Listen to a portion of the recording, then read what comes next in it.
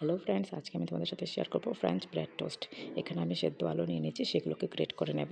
তারপর দিয়ে দেবো পেঁয়াজ আর ধনেপাতা কুচি। তারপর দিয়ে দেবো চিলি ফ্লেক্স, নুন আর গোলমরিচ দিয়ে এগুলোকে ভালো করে মিক্স করে নেব। তার সাথে আমি তোমাদেরকে বলি, এটা তোমরা বাচ্চাদেরকে টিফিন বক্সও দিতে পারবে, তার সাথে সন্ধ্যার সময় বানিয়েও দিতে পারবে। বাচ্চারা অনেক স্বাদ করে খেয়ে নেবে। এবার ব্রেডের এক পাশে আমি পুরটাকে লাগিয়ে নেব, লাগিয়ে উপর থেকে আরেকটা ব্রেড দিয়ে চাপা দিয়ে দেবো।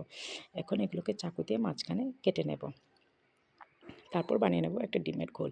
এখানে আমি 2টা ডিম নিয়েছি, তার মধ্যে দিয়েছি হালকা নুন, হালকা চিলি ফ্লেক্স আর সামান্য গোলমরিচ গুঁড়ো দিয়ে তার মধ্যে দিয়ে দেবো আধা কাপ দুধ দিয়ে এগুলোকে ভালো করে মিক্স করে নেব।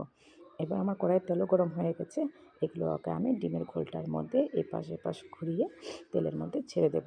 তো আমার এটা মোটামুটি হয়ে গেছে। তোমাদের যদি ভালো লাগে তাহলে লাইক, শেয়ার অ্যান্ড পেজটাকে সাবস্ক্রাইব করে দেবে। Thank you.